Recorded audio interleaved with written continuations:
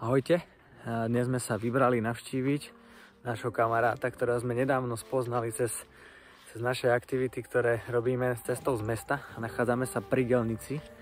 A William má 73 rokov, je veľmi vitálny, stará sa o 600 kríkov čučoriedok, 150 kríkov aróny, má tu kiwi, má tu brusnice, má tu černice, proste je to až neuveriteľné, nejakých 15 druhov bobuľovitého ovocia je tu a je to skutočná inšpirácia. Som nesmierne rád, že sme sa tu dnes mohli prísť pozrieť aj s rodinou, nazberať si maliny a pozrieť sa, ako to vlastne funguje a ako to môže vlastne vyzerať za tých 20 rokov.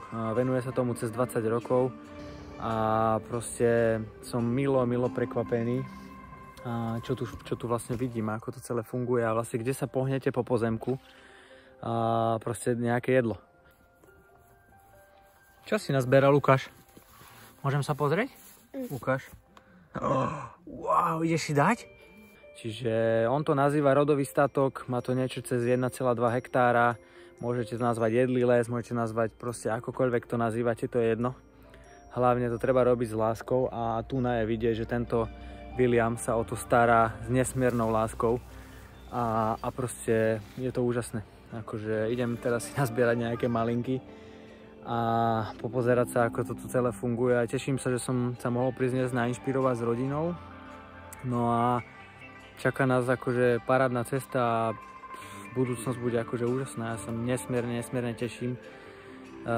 Verím, že viac ľudí začne takýmto spôsobom premýšľať a budúcnosť bude lokálna a verím, že aj ten náš jedálny lístok sa trošku zjednoduší v budúcnosti a proste budeme viac si pestovať svoje veci na pozemkoch a proste budeme ohodnocovať tú skutočnú kvalitu vlastne.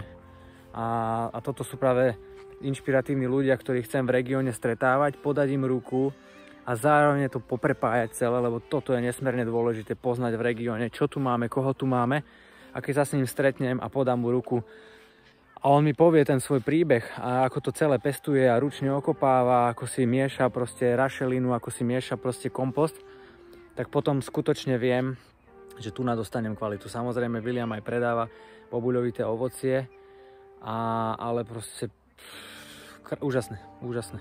Takže asi tak mám dneska parádny deň s rodinou, máme výlet, ideme ešte pozrieť jednu kamarátku po ceste späť, no a pozerajte ďalej, no.